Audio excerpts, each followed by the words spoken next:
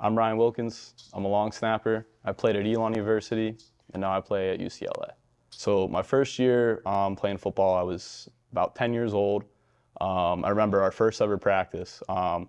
We had a guy, his name was Scott McKillop, and he played all the way up through our little league, played the local high school I went to, had a great career at Pitt University, and played in the NFL for a couple months. And he came and talked to us and just said, basic stuff, keep working. This is hard. This is where you'll become a good player. And these skills that you learn as a 10, 11, 12-year-old will carry you not only through football, but through the rest of your life. Just keep working at it. Just do your thing. Have confidence in yourself. And trust the process, and you can develop into what kind of player you want to be. I would say probably my second year playing football is when I really started to figure out a little bit. My dad was a high school football coach for a long time, so I got a lot of inside knowledge and extra practice. So that was a huge advantage for me. I wasn't the best player. I was able to develop, just try to get a little bit better each year, work on some specific things, and go from there. So in high school, my thing was I was very undersized. I wasn't very fast, wasn't very strong. It's a lot easier to change your strength and your speed than it is to change your height. So that's what I worked on a lot, is trying to be explosive, trying to be smart, to make up for the lack of speed that I had. So really just I had a lot of success as a linebacker because I was able to anticipate, what was going to come at me, what can hurt me. And then my dad being a high school football coach too, we were able to go and break down some film throughout the week. So I had a pretty good idea of what was going to be coming at me. So in high school, my parents are both teachers, and they told me, the more things you can do, the more doors will be open for you. So I had that, repeated to me a lot, and I found out that that was true. I was solid academically, wasn't the best, wasn't the worst, but would challenge myself, partially because my parents wanted me to. So I was in a lot of honors classes and stuff like that, to just be the best that you can be at the opportunities you're given. So that was helpful for me to have people in my corner to help me go do that. So the challenges that I faced were, I realized around probably my sophomore year of high school that I wasn't a good enough linebacker or tight end to play at a Division I level. So part of a lot of athletes' goals are to play at the highest level they can play at. So I had to figure out something that I needed to do, and for me, that was learn how to long snap. I was our long snapper on our high school team, just kind of did it because we didn't really have one, and I was the best at it. I wasn't very good at it, but that was something that I thought, I have a chance to go do this and play at an extremely high level. A lot of teams that reached out to me in high school liked my linebacker and tight end film. And when I talked to them, I said, I'm not good enough to play linebacker and tight end at this level, but this is my film as a position player. I'm physical, I'm tough. I'm a football player who just happened to learn how to long snap to try to play it at a high level. So that was one thing that a lot of coaches liked about me. They're like, okay, he's all in about this, and this is what he does to try to get on the field. So they liked that. So my recruiting process was very unique and actually pretty scary. I wasn't recruited until late January of my senior year of high school. A couple places had reached out and talked to, but nothing serious. I was just on their boards. And a lot of people who didn't know what I was trying to do were kind of telling me to go pick a school. So one school that reached out to me was Elon University in North Carolina.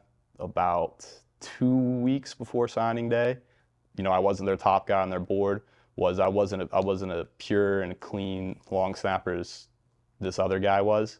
They had some concerns about my form, and that's why they decided to go with the second guy. However, that day I had known that was one of the reasons why I wasn't getting recruited, was because of my form. So I went out and I did a video in about 2 inches of snow. And I sent that to their coach anyway. I said, hey, coach, thanks for the interest. I can assure you there's no issues with my form. And I sent him the video. The next day, I got a call from him, And he was asking me, he was like, how cold was it outside? You know, how much snow was on the ground? So he was excited about that. And then they ended up having me go on a visit instead of that other guy. So I think there, just me being aware of what kind of player I was and being aware of what my flaws were on film and then addressing them before they were addressed was one thing that cut me apart from everybody else that they were recruiting. So when signing day happened, I had 3 Division I offers. I had a scholarship offer to Elon University, I had a walk-on offer at Western Illinois, and I had a walk-on offer to UNC Chapel Hill. I decided to go to Elon University because my dad, gave me some really good advice, and as a high school coach, he would give all of his players this advice is, go to the school that wants you, don't go to the school that you want to. You want to go somewhere to a place that you're going to be treated well, and then it's very easy for you to reciprocate that. You don't want to go to a school where you're just another guy on the team and they don't really care about you, because it's hard for you to care about them as much. And if something bad happens to you, or you might not actually get a fair shot at playing. So I got to UCLA from Elon. Season ended at Elon University. I had a great time there, great experience there. Great coaching staff, great teammates, everything I wanted, I was able to achieve. Had a great college experience there.